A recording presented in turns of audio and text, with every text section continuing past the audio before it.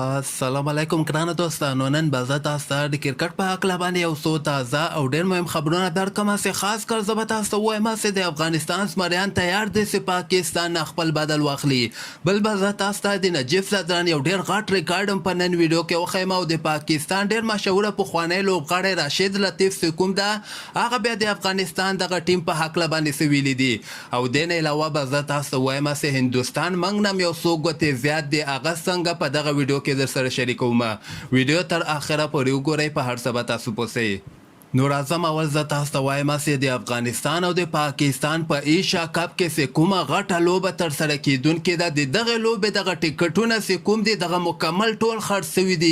یعنې د پاکستان او د هندوستان لوبې نه وروسته د افغانستان او د پاکستان داسې لوبه ده چې د کرکټ مینوالو ټول ټیکټونه ډېر زیات کم وخت کې خرڅ شوي دي او دغه لوبې ته به ډېر زیات خلک راځي.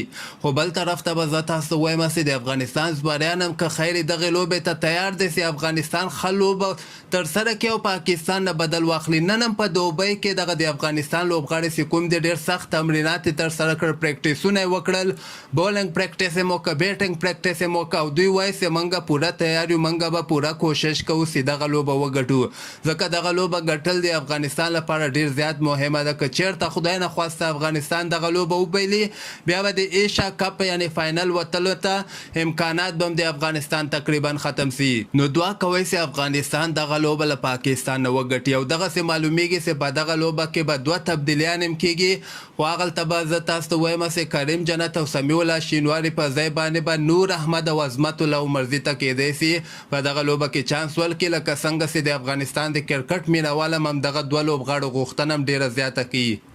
بل به زه تاسو ته د پاکستان پخوانی ډېر مشهوره لوبغاړی راشد لطیف چې کوم ده دی بیا دغسې وایي چې دغه خبره غلطه ده چې د افغانستان لوبغاړو پاکستان کې کرکټ زده کړی ده.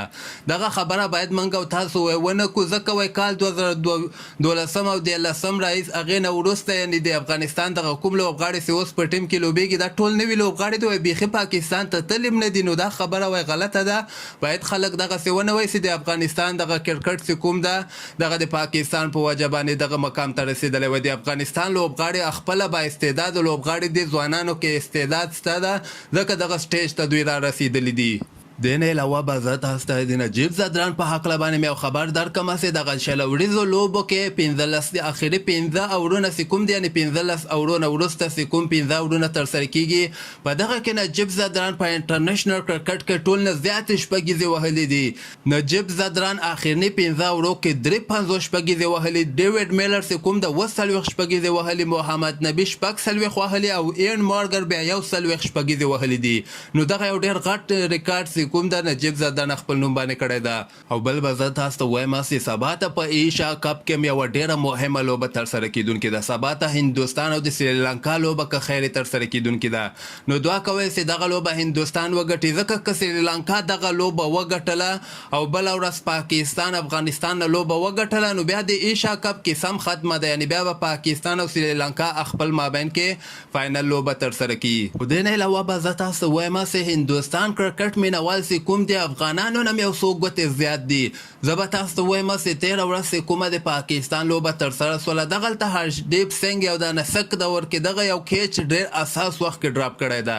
یعنې کریم جنت هم د افغانستان لپاره کیچ ډراپ کړی او چې افغانان ورپسې ډېر بد رد وویلې خو هندوستان بیا دغه سک پسې ډېرې بدې او ډېرې سختې خبرې کړي دي. یعنې بیخي زیات کفر یې ویلی ده چې زیاتره دغه د هندوستان پخواني لوبغاړي په دغه باندې ډېر زیات خفه سوي دي. وایي تاسو وګورئ محمد شمي ته چې هغه نړیوال جام کپ کې خراب بالنګ ترسره کړی و هلته هم ډېر بد رد ورته ویلی او شمي ټیم نه هم رخصت که. اوس وایي هرشدیپ پسې راجګ سوي دي چې دا یو ځوان لوبغاړی ده او دومره غټ سټیج کې یعنې بالنګ یې ښه ترسره که او کیچ یې ډراپ کړی ده او هندوستان ورپسې راجګ سوي دي او بد رد ورته ویلرې شروع کړي دي.